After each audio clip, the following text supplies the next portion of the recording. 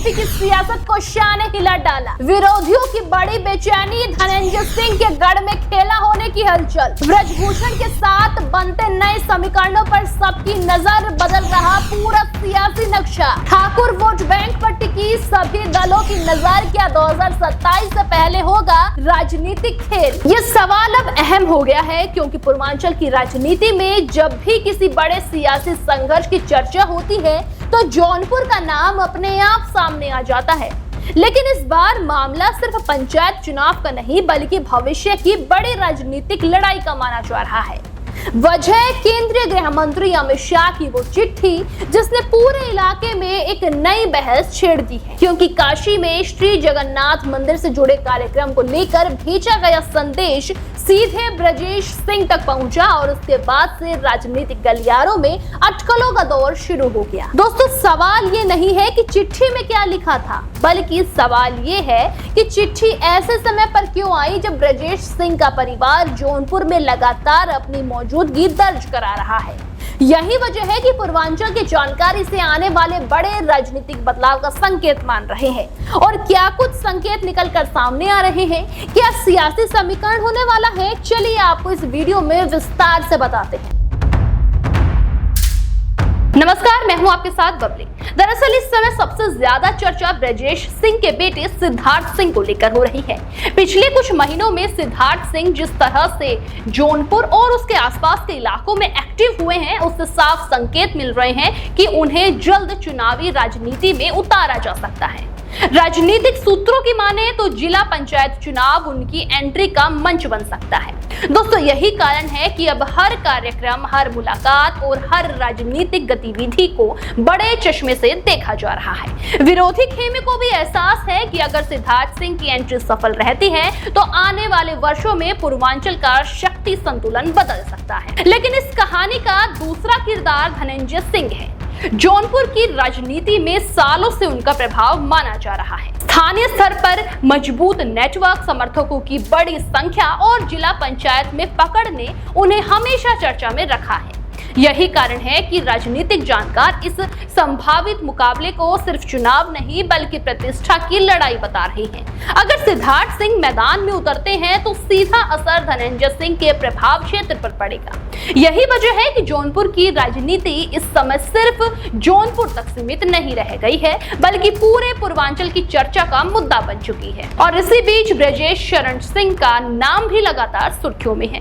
राजनीतिक गलियारों में चर्चा है कि ब्रजभूषण और धनंजय सिंह के बीच बढ़ती नजदीकियां आने वाले दिनों में नया समीकरण तैयार कर सकती है। कई राजनीतिक पर्यवेक्षक मानते हैं कि अगर ये तालमेल आगे बढ़ता है तो पूर्वांचल की ठाकुर राजनीति में एक नया ध्रुव बन सकता है। तो दूसरी तरफ ब्रजेश सिंह अपने राजनीतिक विस्तार की रणनीति पर काम कर रहे हैं। दोस्तों, ऐसे में आने वाले दिनों में ये देखना दिलचस्प होगा कि ब्रजभूषण किस दिशा में खुलकर कदम बढ़ाते हैं, क्योंकि उनकी एक चाल कई राजनीतिक समीकरण बदल सकती है। अगर सामाजिक गणित की बात करें तो पूर्वांचल में ठाकुर वोट बैंक को बेहद प्रभावशाली माना जाता है।